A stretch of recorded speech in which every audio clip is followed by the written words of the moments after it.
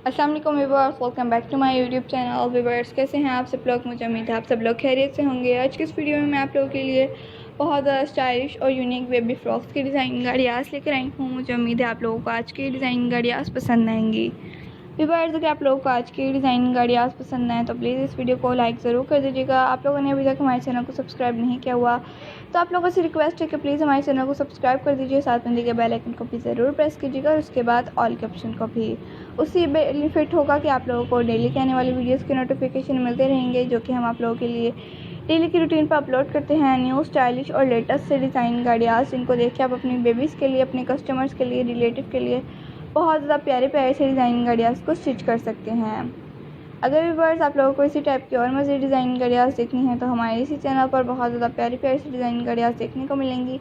और इसके अलावा आप लोग सेकंड चैनल हमारे खुशी फैशन डिज़ाइनर को भी विज़िट कीजिए, आप लोगों को इस पर बहुत ज़्यादा प्यारी प्यारी सी डिज़ाइनिंग आइडियाज़ देखने को मिलेंगी। तो व्यूअर्स, इसी टाइप की बहुत ज़्यादा प्यारी प्यारी सी डिज़ाइनिंग आइडियाज़ देखने के लिए